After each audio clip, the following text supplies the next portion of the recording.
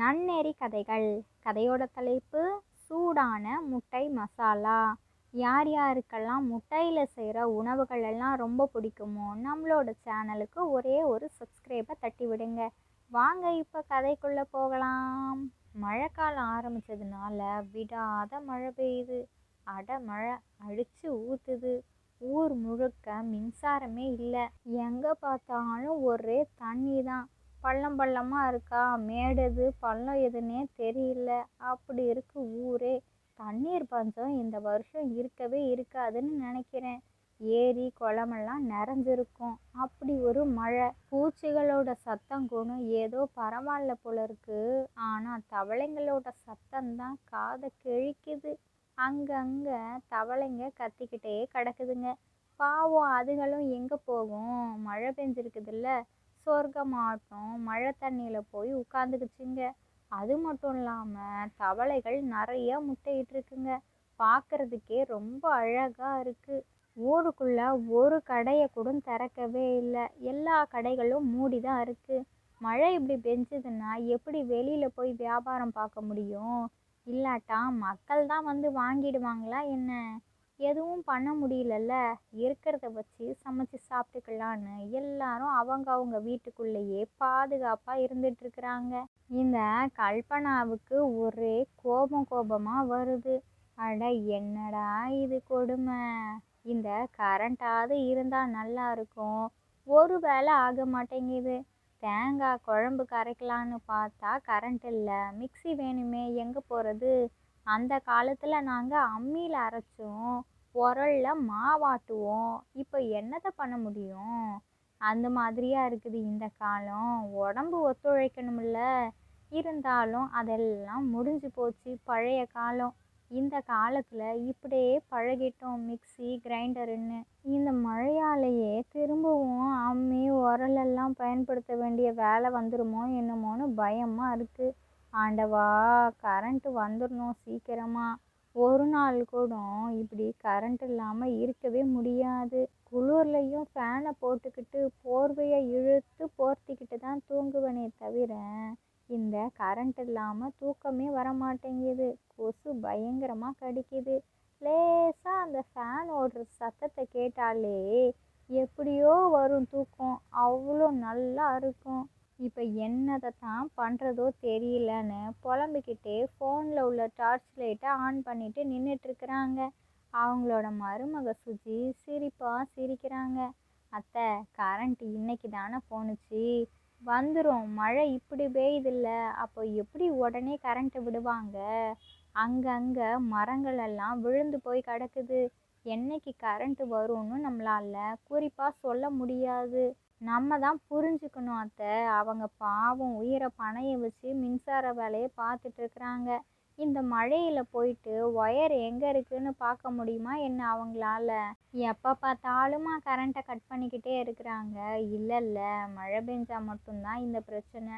மற்றபடி நம்ம ஊரில் ஒன்றும் குறை சொல்கிறதுக்கே இல்லை. எல்லாமே சரியாக இருக்குது அப்படின்ட்டு சொல்கிறாங்க. ஆமாம், சொல்கிறதெல்லாம் நல்லா தான் இருக்குது. ஆனால் இப்படியே எத்தனை நாளைக்கு தான் இருக்க முடியும்?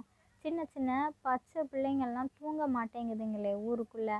ஒரே குழந்தைங்க அழற சத்தம்தான் கேட்டுகிட்டே இருக்குது. எரிச்சலாகலை சொல்லு நீயே? அது இல்லாமல் தவளைங்க வேற சும்மா கூப்பாடு போட்டுக்கிட்டே இருக்குங்க. இந்த தூக்கமும் வரமாட்டேங்குது. நீயே சொல்லு இதுக்கு ஒரு தீர்வு அப்படிங்கிறாங்க. இதுக்கு தீர்வெல்லாம் என்கிட்ட நீங்கள் கேட்க முடியாது அத்தை. தீர்வு யாராலையும் சொல்ல முடியாது. எல்லாமே இயற்கையோடது. வருண பகவானை தான் போய் சந்தித்து கேட்டுட்டு வரணும். நான் வேணால் போயிட்டு வரட்டா, நீங்கள் வேணால் எனக்கு துணைக்கி கொடை பிடிச்சிட்டு வரீங்களா அப்படின்ட்டு கிண்டல் செய்கிறாங்க. சுஜி, வர வர நீ ரொம்ப என்னை கிண்டல் செஞ்சுட்டே இருக்கிற. போகிற போக்க பார்த்தா யார் மாமியார் யார் மருமகள்னே தெரியாமல் போயிடும் போல இருக்குது. அப்படி ஓட்டுறல்ல என்ன நீனு அப்படிங்கிறாங்க அவங்களோட மாமியார். சேச்சே, அப்படியெல்லாம் இல்லை அத்தை. உங்ககிட்ட நான் சும்மா விளையாடுறேன். விளையாடக்கூடாதா? சரி விடுங்கத்தை, நான் எதையுமே சொல்லலை. நீங்கள் தான் ஏதாவது சொல்லுன்னு சொன்னீங்க. ஏதாவது சொன்னாலும் அப்படி இப்படிங்கிறீங்க. அப்போ நான் என்ன தான் பண்ணட்டும்? சரி, நான் அமைதியாக இருக்கிறேன். நம்ம சமையலை சீக்கிரமாக முடிச்சுட்டு போய் சாப்பிடுவோம். எனக்கு வேற ரொம்ப பசிக்குது. அசைவம் சாப்பிடணும் போல வேற இருக்கு. என்ன பண்ணுறது? வெளியில் போய் கறி வாங்க முடியாது. ஆ நம்ம வீட்டில் தான் முட்டை இருக்குல்ல, முட்டையை வச்சு முட்டை மசாலா செஞ்சு சாப்பிடலாம் அப்படின்ட்டு சொல்கிறாங்க. ஆ இதுவும் நல்ல யோசனையாக தான் இருக்குது. எனக்கும் அசைவம் சாப்பிட்ணுன்னு தான் ஆசையாகவே இருந்தது. உன்கிட்ட சொன்னேன்னா நீ என்னமோ நினச்சிப்ப, என்ன இந்த மழையில் போய் நனைஞ்சிட்டு வாங்கிட்டு வர சொல்கிறீங்களான்னு கேட்டுருவியோன்ட்டு தான் அமைதியாக இருந்தேன். பாத்தியா பாத்தியா, உனக்கும் எனக்கும் ஒரே மாதிரி எண்ணம். சூப்பர்ல. 2 பேரும் ஆசைப்படுற மாதிரியே முட்டை மசாலா செஞ்சு சாப்பிட்றலாம் சுஜி. சீக்கிரமா செய் அப்படிங்கிறாங்க. அட அத்தை, எனக்கு அது செய்ய தெரியாதே. இப்போதான் நான் முதல் முறையாக செய்ய போகிறேன். உங்களுக்கு செய்ய தெரியும்னா சொல்லுங்க, நீங்கள் சொல்கிறத கேட்டு கேட்டு நான் செய்கிறேன் அப்படிங்கிறாங்க. அட இதெல்லாம் கஷ்டமே கிடையாது. சிக்கன் மசாலா செய்வோம்ல, அதுக்கு சிக்கனை போடுவோமா, இதில் முட்டையை தூக்கி போட்டுற வேண்டியது தான். அவ்வளோதான், முட்டை மசாலா தயாராகிடும். அதுக்கு என்னென்ன மசாலாலாம் போடுவோமோ எல்லாத்தையும் போடு. டேஸ்ட்டு சும்மா டாப் டக்கராக வரும். நல்லா இல்லைன்னா நான் அதுக்கு பதில் சொல்கிறேன். செய்யுமா, தாராளமாக செய், நல்லா இருக்கும். இப்படி தான் செய்யணும், போ செய் அப்படிங்கிறாங்க. என்னத்த, சிக்கன் மசாலாவோட செய்முறையவே அப்படியே முட்டை மசாலாவுக்கு செஞ்சிடுன்னு சொல்கிறீங்களே. டேஸ்ட்டு வேறு மாதிரி இருக்க போகுது. நல்லா இருக்குமோ நல்லா இருக்காதோன்னு எனக்கு தெரியலை. ஆனால் நீங்கள் சொல்கிறீங்க, கண்டிப்பாக நல்லா இருக்கும்னு தான் எனக்கு ஓடிட்டே இருக்குது. சரி, கண்டிப்பாக செய்கிறேன். நல்லா டேஸ்ட்டாக தான் வரும் அப்படின்ட்டு அவங்களும் வேக வேகமாக முட்டை மசாலாவை செய்ய தொடங்கிட்டாங்க. செஞ்சு முடிக்கிறாங்க. வாசனை வீடு முழுக்க வீசுது. அவ்வளோ சூப்பராக இருக்குது. ஊர் முழுக்க பாவம் எல்லாருமே வீட்டுக்குள்ளே இருந்துட்டுருக்குறாங்களா, இவங்களோட வீட்டில் முட்டை மசாலா செய்கிற வாசனை பக்கத்து வீடு பக்கத்து தெரு வரைக்கும் போகுது. பசியில் இருக்கிற மோனா மூக்கில் இந்த வாசனை போயிடுச்சு. ஆஹா, நல்ல வாசனையாக இருக்குதே, ஏதோ சிக்கன் மசாலா மாதிரி இருக்குதே. யார் வீட்டிலன்னு தெரியல. சரி, கொடையை பிடிச்சிட்டு அப்படியே போவோம். கண்டிப்பாக எந்த வீட்டில் வாசனை அடிக்குதுன்னு வீடு வீடாக போகும்பொழுது தெரிஞ்சிடும்ல. அப்படியே எந்த வீட்டில் வாசனை வருதோ உள்ளே நுழைஞ்சிட வேண்டியது தான். பசிக்கு கொஞ்சம் சாப்பிட்டுட்டு வீட்டுக்கும் கொஞ்சம் குழம்ப வாங்கிட்டு வந்துட வேண்டியது தான். சாப்பாடை மட்டும் செஞ்சு வச்சுக்கலாம். சீக்கிரமாக கிளம்புவோம், இல்லைன்னா குழம்பு காலி ஆகிட போகுதுன்ட்டு அந்த மோனா கொடை எடுத்துட்டு வேக வேகமாக வீட்டுக்குள்ளேருந்து வெளியில் மழையிலையும் வந்துட்டுருக்குறாங்க. கீழே வேற புழு பூச்சியெல்லாம் ஓடிட்டுருக்குது. ஆஹா, மழை தண்ணிக்குள்ளே காலை விடுறதுக்கே பயமாக இருக்கே. மேடு எது பள்ளம் எதுன்னே தெரியல. பசிக்கு அது எல்லாமே தெரியவா போகுது. இப்போ நமக்கு சாப்பாடு தான் முக்கியம்ன்ட்டு எந்த வீடு, அந்த வீடா இந்த வீடா அப்படியே போவோன்னு வந்துட்டே இருக்கிறாங்க. பார்த்தா சுஜியோட வீட்டில் தான் வாசனை வருது. சுஜி சுஜின்னு சத்தம் போட்டுக்கிட்டே சுஜியோட வீட்டுக்குள்ளே நுழையிறாங்க. சுஜியும் கல்பனாவும் தான் சமையல் அறையில் வேலை பார்த்துட்ருக்குறாங்கல்ல. வீட்டுக்குள்ளே ஹாலில் அவங்களோட மாமனார் மட்டும்தான் உட்காந்துட்ருக்குறாங்க. என்னம்மா மோனா, இந்த மழையிலையும் அங்கேயும் இங்கேயும் கொடையை பிடிச்சிக்கிட்டு எங்கே அலைஞ்சிக்கிட்டு இருக்கிற? வீட்டில் பத்திரமா இருக்க வேண்டியது தானும்மா. சரி உட்காரு, என்ன விஷயம் அப்படின்ட்டு கேட்குறாங்க. அதுவா, அது ஒன்றும் இல்லை மாமா, இந்த பக்கமாக வந்தேன். சாப்பிட்டீங்களா அப்படின்ட்டு கேட்குறாங்க. சாப்பிட்லம்மா. எங்கே, இந்த கரண்ட் வேற இல்லைல்ல, சமையலே லேட்டாக தான் செஞ்சிட்ருக்குறாங்க. இப்போது தான் தயாராகிக்கிட்டு இருக்குது. பொறுமையாக சாப்பிட வேண்டியது தான். மழைக்கு நல்லா சுட சுட சாப்பிட்டா தானே நல்லாயிருக்கும். அதனால தான் அப்பப்போ செஞ்சுக்கிறதுமா. வேலை ஆகிக்கிட்டு இருக்குது. சுஜியும் கல்பனாவும் உள்ளே வேலை பார்த்துட்ருக்குறாங்க. நான் அதான் இங்கே உட்காந்து பேப்பர் படிச்சிட்ருக்கிறேன் அப்படிங்கிறாங்க. ஓ அப்படியா மாமா, குழந்தைங்கள்லாம் ஆளையே காணோம், அண்ணன் எங்க அப்படின்ட்டு கேட்குறாங்க. அவனுக்கு எங்கே, மழையிலையும் வேலை தான், அவன் ஆஃபீஸுக்கு போயிட்டான். குழந்தைங்க விளையாடிட்டு இருப்பாங்க. வேற என்னம்மா, பொழுதே போக மாட்டேங்குது அப்படிங்கிறாங்க. சரி மாமா, அத்தை எங்க அப்படின்ட்டு கேட்குறாங்க. அதான் சொன்னேன்ல, சமையல் அறைக்குள்ளே வேலை பார்த்துட்ருக்காங்கம்மா அப்படிங்கிறாங்க. சரி மாமா சரி மாமான்னு பேசிகிட்டே இருக்கிறாங்க. அப்போது சமையல் அறைக்குள்ளே உள்ள கல்பனா சுஜிக்கிட்ட, வந்துட்டாளா இந்த மோனா, பசி எடுத்துருக்குமே, ஏதோ சிக்கன் மசாலா வாசனைன்னு நினச்சிட்டு இங்கே வேக வேகமாக ஓடி வந்திருப்பா கொடையை பிடிச்சிக்கிட்டு. இந்த மழையில கூட கூச்சமே இல்லாமல் குழம்புக்காக வந்திருக்கிறா பாரேன். ம் எப்படியும் சுஜி இவ சிக்கன் மசாலான்னு நினச்சி தான் வந்திருப்பா. இரு இரு நான் வரேன் அப்படின்ட்டு கையில் வச்சிருக்கிற ஃபோனை சுஜிட்ட கொடுத்துட்டு கல்பனா வேக வேகமாக ஹாலுக்கு வராங்க. ஆ என்னம்மா மோனா, வீட்டில் சமையல்லாம் ஆயிடுச்சா? ம் மழைக்குள்ளே எங்கே அங்கேயும் இங்கேயும் வந்துட்டுருக்குற? வீட்டில் பார்த்து பத்திரமா இருக்க வேண்டாமா? என்ன குழம்பு வச்ச? நாங்கள் சாப்பாடை மட்டும் வடிச்சிட்டு உட்காந்துட்ருக்குறோம். குழம்பு பாதியிலேயே அடுப்பில் கிடக்குது. கரண்ட்டு இந்தா வந்துடும் அந்தா வந்துடும்னு பார்த்துட்டே இருக்கிறோம் மசாலா அரைக்கிறதுக்கு. ஆனால் கரண்ட்டு வந்த பாடே இல்லைல்ல. அதான் நானே உன்னோட வீட்டுக்கு வரலான்னு பார்த்தேன், நீயே வந்துட்ட. இந்தாம்மா டிஃபன் பாக்ஸில் கொஞ்சம் குழம்பு எடுத்துகிட்டு வந்து தரியா? நாங்கள் கூட வச்சதை ஏதோ அட்ஜஸ்ட் பண்ணி சாப்பிட்டுப்போம். பாவம் குழந்தைங்க அப்படி கிடையாதுல்ல, காரமாக சாப்பிடவே சாப்பிட மாட்டாங்க. நீ காரம் இல்லாமல் தானே குழம்பு வைப்ப, கொஞ்சமாக கொண்டு வந்து தாயேன் அப்படிங்கிறாங்க. அப்படியாத்த, நான் குழம்பு இனிமே தான் வைக்கணும். நான் வந்ததே இங்கே குழம்பு வாங்கிட்டு போகலான் தான் வந்தேன். நீங்களே இன்னும் செய்யலைன்னு சொல்கிறீங்கல்ல, சரி நான் வரேன் அப்படின்ட்டு கிளம்பிட்டாங்க. நம்மளே குழம்புக்காக வந்தோம், நம்மள்கிட்டயே திருப்பியும் குழம்ப கேட்குறாங்களே. அதுவும் தெரிஞ்சுக்கிட்டே தான் இந்த கல்பனாத்தை கேட்பாங்க. நான் அடிக்கடி குழம்பு வாங்க வரேன்னு தெரிஞ்சிருச்சுல்ல, அதான் இந்த மழையிலையும் வந்துட்டான்னு புரிஞ்சிருக்கும். இன்னும் ஒரு 2 நிமிஷம் நான் உள்ளே இருந்திருந்தேன், அவ்வளோதான் என் கூடவே வீட்டுக்கு வந்துட்டு நான் வச்ச கார குழம்பையும் கொண்டு போகிறேன்னு கொண்டு வந்திருப்பாங்க. நல்ல வேலை, அந்த குழம்பையாச்சும் காப்பாற்றிட்டோம், நம்ம போய் சாப்பிட்டுக்க வேண்டியதான் அப்படின்ட்டு விறுவிறுன்னு வீட்டுக்கு வந்துட்டு அங்கே வச்ச கார குழம்பு சாப்பாடை வச்சு சாப்பிட்டுட்டு படுத்து தூங்கிட்டாங்க. இந்த கல்பனா அவங்களோட மருமகளை போய் பார்த்து, நான் தான் சொன்னேன்ல சுஜி, அதே மாதிரி தான் வந்துருக்குறா. ஏன் தான் இப்படி இருக்கிறாளோ தெரியல. வீட்டில் சமைக்கணுன்னா அவ்வளோ கஷ்டப்படுறாளே. பாவம் சின்ன சின்ன குழந்தைங்க, 2 குழந்தைங்க இருக்குது. அந்த குழந்தைங்களுக்காகவாச்சும் வகை வகையாக சமைக்க கற்றுக்க வேண்டியது தானே. இதுக்கப்புறமும் நம்ம வீட்டுக்கு குழம்பு கேட்டு வருவான்னு நினைக்கிறேன். நடக்கவே நடக்காது. இனிமே எல்லா ஆட்டமும் முடிஞ்சுது. ஒழுங்காக வீட்டில் அவள் சமைக்க ஆரம்பிப்பா பாரு. இதுக்காக தான் நான் அவள்கிட்ட போய் எனக்கு குழம்பு வேணும் எடுத்துகிட்டு வா, குழந்தைங்களுக்கு சாப்பாடு கொடுக்கணும்னு சொன்னேன்.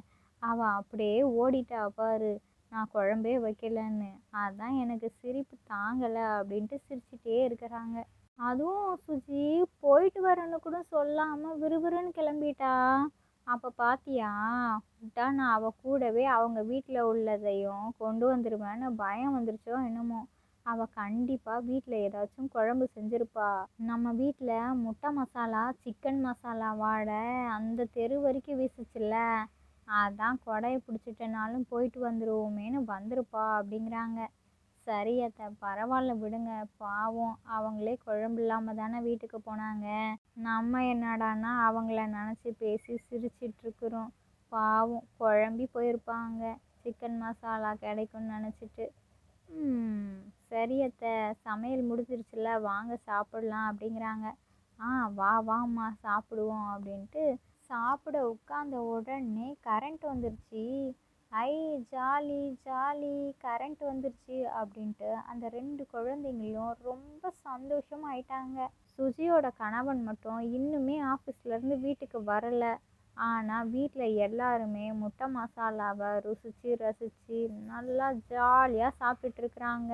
சாப்பிட்டு முடித்ததுமே கல்பனா அவங்களோட பேர குழந்தைங்கள போய் தூங்குங்க தூங்குங்க, போங்க போங்க அப்படிங்கிறாங்க. பாட்டி எங்களுக்கு தூக்கமே வரல பாட்டி, தாத்தா கிட்ட நாங்கள் கதை சொல்ல போகிறோம், கதை கேட்க போகிறோம் அப்படின்னு சொல்கிறாங்க. ஓ அப்படியா, சரி சரி வாங்க செல்லங்களா அப்படின்ட்டு தாத்தா கூப்பிடுறாங்க. தாத்தா எங்களுக்கு பேய் கதைங்கள்லாம் தெரியும், நாங்கள் சொல்லட்டுமா? நாங்கள் சொல்கிறோம், நீங்கள் பயந்துடாதீங்கன்னு, தைரியமாக இருக்கணும், எங்கள் கூடவே இருங்க, எங்கள் பக்கத்தில் வந்து உட்காந்துக்கோங்க தாத்தா அப்படின்ட்டு பேய் கதைங்களை அந்த சின்ன சின்ன பசங்க சொல்லிகிட்டு இருக்கிறாங்க. அவங்க தாத்தாவும் குழந்தைங்களுக்காக விளையாட்டாக பயப்படுற மாதிரியெல்லாம் பண்ணுறாங்க. ஜாலியாக கதை பேசிட்டு கதை சொல்லிக்கிட்டே நேரம் போகுது. மணி 10:30 ஆயிடுச்சு. அவங்க அப்பா வீட்டுக்கு வராங்க. தாத்தா தாத்தா எங்களுக்கு தூக்கமாக வருது, வாங்க தூங்க போகலாம், வாங்க தாத்தா எங்கள் கூட இன்னைக்கு ஒரு நாள் தூங்குங்க அப்படின்னு கூப்பிடுறாங்க. அதுக்கப்புறம் அந்த 2 குழந்தைங்களும் அவங்க தாத்தா பாட்டி கூடவே போய் தூங்கிட்டாங்க. சுஜி மட்டும்தான் முழிச்சிருக்கிறாங்க. அவங்களோட கணவன் வந்ததுமே, மழையில் இப்படியாங்க நனைஞ்சிட்டு வருவீங்க, கொடையாச்சும் கொண்டு போயிருந்துருக்கலாம். சரி இப்போ என்ன பண்ண முடியும், நனைஞ்சது நனைஞ்சிட்டீங்க, இருங்க இருங்க துண்டு எடுத்துகிட்டு வரேன்னு துண்டு எடுத்துகிட்டு வந்து கொடுக்குறாங்க. அந்த குகனும் நல்லா தலையை துவட்டிட்டு ஃப்ரெஷ் ஆகிட்டு வராங்க. எனக்கு வேற சரியான பசி, சீக்கிரமாக ஏதாவது சுட சுட சமைச்சு வச்சதை கொடுமா அப்படிங்கிறாங்க. ஆ ஆ சரிங்க வாங்க சாப்பிடுங்க, நாங்கள் எல்லாம் சாப்பிட்டுட்டோம், நீங்கள் மட்டும்தான் சாப்பிடல. நானும் நீங்கள் மழை பெய்யுதுங்கிறதுனால சீக்கிரமாக வந்துடுவீங்கன்னு தான் நினச்சிட்டே இருந்தேன், வரவே இல்லை. அத்தை மாமா சாப்பிடுமான்னு சொன்னாங்களா, அதான் நானும் சாப்பிட்டுட்டேன் எல்லார் கூட ஒன்றா உட்காந்து அப்படிங்கிறாங்க. சரி சரி இப்போ அதனால் என்ன, வை வை சீக்கிரமாக வை. என்ன குழம்பு, சிக்கன் மசாலா வாசனை தூள் கிளப்புதே. சிக்கனா, இந்த மழையில் யார் போய் வாங்கிட்டு வந்தது, கடைகளே கிடையாதே அப்படிங்கிறாங்க. இல்லைங்க இல்லை, இது சிக்கன் மசாலா கிடையாது, சுட சுட சூப்பரான முட்டை மசாலா. சிக்கன் மசாலா மாதிரியே இருக்கும், அத்தை தான் சிக்கன் மசாலா மாதிரி முட்டை மசாலாவை செய்ய சொன்னாங்க. டேஸ்ட்டு சூப்பராக இருந்தது, நீங்களும் சாப்பிட்டு பாருங்கள், சீக்கிரம் சாப்பிடுங்க, சூடு ஆறிட போகுது அப்படிங்கிறாங்க. ஆ சாப்பிட்றேன் சாப்பிட்றேன், மழைக்கு சூப்பராக இருக்கும் போல இருக்குதே. ஆஹா, முட்டை மசாலான்னா முட்டை மசாலா தான், பேஷ் பேஷ், அருமையாக இருக்குது. சிக்கன் மசாலாவையே அடித்து தூக்கிடுச்சுன்னா பார்த்துக்கோ, ஏன் உன் கைப்பக்குவம் அவ்வளோ டேஸ்ட்டாக இருக்குது, நல்லா இருக்குது, இன்னும் கொஞ்சம் போடன்னு சொல்லிட்டு இன்னொரு வாட்டி வச்சு சாப்பிட்றாங்க. நல்லா வயிறு நிறையா சாப்பிட்டுட்டாங்க. நீனு இவ்வளோ அருமையான கைப்பக்குவத்தை வச்சுக்கிட்டு உன் திறமைய வெளிக்காமிக்காமல் இருந்தால் எப்படி? இந்த ஊரில் உள்ள ஜனங்களுக்கெல்லாம் உன்னோட சமையல்னால் ரொம்ப பிடிக்கும்ல, குழம்பு கேட்டு அங்கங்கே உள்ளவங்க வந்து வாங்கிட்டு போவாங்க. சும்மா கொடுக்குற அது நல்ல விஷயந்தான், ஆனால் எவ்வளோ பேருக்கு நிறைய சாப்பிட்ணுன்னு ஆசையாக இருக்கும். நீ வேணும்னா முட்டை மசாலா வியாபாரம் பார்த்தா என்ன, நல்லா தானே இருக்கும், நிறைய பேருக்கு அது ரொம்ப பிடிக்கக்கூடியதாக தான் இருக்கும். சிக்கன் வாங்கி சிக்கன் மசாலா செய்கிறதுக்கு விலை அதிகமாகும், ஆனால் முட்டைகளை வாங்கி முட்டை மசாலா செய்கிறதுக்கு விலை குறைவாக இருக்கும். காசு கம்மியாக இருந்தாலும் தரமான சாப்பாடை சாப்பிட்லான்னு வருவாங்கல்ல, அப்படி வர்றவங்களுக்கு நீ ருசியான முட்டை மசாலாவையும் சாப்பாடையும் செஞ்சு கூட வியாபாரம் தாறுமாறாக இருக்கும்ன்ட்டு ஒரு யோசனையை சொல்கிறாங்க. சரிங்க, நீங்கள் சொல்கிற யோசனை ரொம்ப நல்லா தான் இருக்குது, கண்டிப்பாக நம்ம காலையில் இந்த விஷயத்த மாமா அத்தைக்கிட்ட சொல்லுவோம் அப்படிங்கிறாங்க. அவங்க இதுக்கு கண்டிப்பாக சம்மதம் தான் சொல்லுவாங்க, நீ பயப்படவே பயப்படாத, நான் பார்த்துக்கிறேன், உனக்கு என்னென்ன உதவிகள் செய்யணுமோ சொல்லு, நான் தாராளமாக செய்கிறேன் அப்படிங்கிறாங்க. சரி சரிங்க, நேரம் வர ஆயிடுச்சு, காலையில் வர சீக்கிரமாக எழுந்திரிச்சிடுறீங்கல்ல, போய் தூங்குங்க, ரெஸ்ட் எடுங்க அப்படிங்கிறாங்க. அன்னைக்கு எல்லாருமே தூங்கிட்டாங்க. மறுநாள் காலையிலையும் விடிஞ்சிருச்சு. சுஜியும் குகனும் அவங்க அம்மா அப்பா கிட்ட விஷயத்த சொல்கிறாங்க. அதை கேட்டோன்னையும் கல்பனாவுக்கு சந்தோஷம் தாங்க முடியல. ஆஹா, நம்ம வியாபாரம் பார்க்க போகிறோமா, சூப்பர் சூப்பரு. சுஜி, உனக்கு நான் உதவி செய்கிறேம்மா, என்னென்ன வாங்கி தரணும்னு சொல்லு, நான் வாங்கிட்டு வரேன் அப்படிங்கிறாங்க. ஆமாம், மழைக்குள்ள கடையே இல்லைல்ல, எங்கே போய் வாங்குறது? ஆ சூப்பர் மார்க்கெட் இருக்குல்ல, நான் வேணும்னா போய் வாங்கிட்டு வரேன் அப்படிங்கிறாங்க குகனோட அப்பா. வேண்டாம் வேண்டாம் மாமா, நானே போயிட்டு வரேன் அப்படிங்கிறாங்க சுஜி. இல்லை சுஜி, நீ மட்டும் தனியாக போக வேண்டாம், நானும் வரேன் அப்படிங்கிறாங்க சுஜியோட மாமியார் கல்பனா. குகனு வேலைக்கு கிளம்பிட்டாங்க. சுஜியும் சுஜியோட மாமியார் கல்பனாவும் சூப்பர் மார்க்கெட்டுக்கு போய் முட்டைகள், காய்கறி, தக்காளி, வெங்காயம், மசாலா எல்லாம் வாங்கிட்டு வந்துட்டாங்க. இப்போது மழைக்கு இதமாக சூடான முட்டை மசாலா செய்கிறதுக்கான இடத்தையும் அமைச்சிட்டாங்க. கடை வியாபாரத்தை இன்றைக்கே ஆரம்பிச்சிடலான்ட்டு முட்டை மசாலா வியாபாரத்தை ஆரம்பிச்சிட்டாங்க. வாசனை ஊர் முழுக்க வீசுதா, மழை கொஞ்சம் குறைஞ்சிருக்கு, அதனால ஊரில் உள்ள ஜனங்கள்லாம் இவங்களோட முட்டை மசாலாவை சாப்பிட்றதுக்காகவே வர ஆரம்பிச்சிட்டாங்க. கொஞ்சம் பேர் வந்தாங்க, அதுக்கப்புறம் அந்த சுவை பிடிச்சிது, நிறையா பேருக்கு அவங்க போய் சொல்ல ஆரம்பிச்சிட்டாங்க. அதுக்கப்புறம் என்ன, கூட்டம் அதிகமாக வர ஆரம்பிச்சிருச்சு. வியாபாரம் ஆஹோ ஓஹோன்னு அருமையாக நடக்க ஆரம்பிச்சிருச்சு. காசு மேலே காசு, கை மேலே காசோ காசுன்னு நிறையா காசு சம்பாதிக்க ஆரம்பிச்சிட்டாங்க. முதல்ல சுஜி சம்பாத்தியம் பண்ண காசை அவங்களோட கணவன் குகன் கிட்ட கொண்டு போய் தராங்க. குகனுக்கு அளவில்லா சந்தோஷம், ரொம்ப பெருமையாக இருக்குது. பாத்தியா சுஜி, உன்னோட திறமைக்கான பரிசு கிடைச்சிருச்சு, இதை நீ தான் வச்சுக்கணும். இனிமேலும் உனக்கு நிறையா வெற்றிகள் நிறைய போகுது, எப்போவும் உன் கூட உனக்கு ஆதரவாக நான் நிற்பேன்னு அவங்க கணவன் சொல்கிறாங்க. அதை கேட்ட சுஜிக்கு ரொம்ப ஆனந்தமாக சந்தோஷமாக இருக்குது. இந்த கதையிலேருந்து நாம் என்ன தெரிஞ்சுக்கணும் அப்படின்னா, நமக்கு நிறையா திறமைகள் இருக்குது, அதை எதையுமே நாம் வெளிக்காமிக்காமல் இருக்கிறோன்னும் பொழுது அந்த சமயத்தில் நம்மளோட நல்ல உறவுகள் அதை வெளிப்படுத்துறதுக்கான வழிகளை காமிக்கும் பொழுது அதை நாம் சரியாக பயன்படுத்தணும்னா கண்டிப்பாக வெற்றிகள் நிச்சயம்.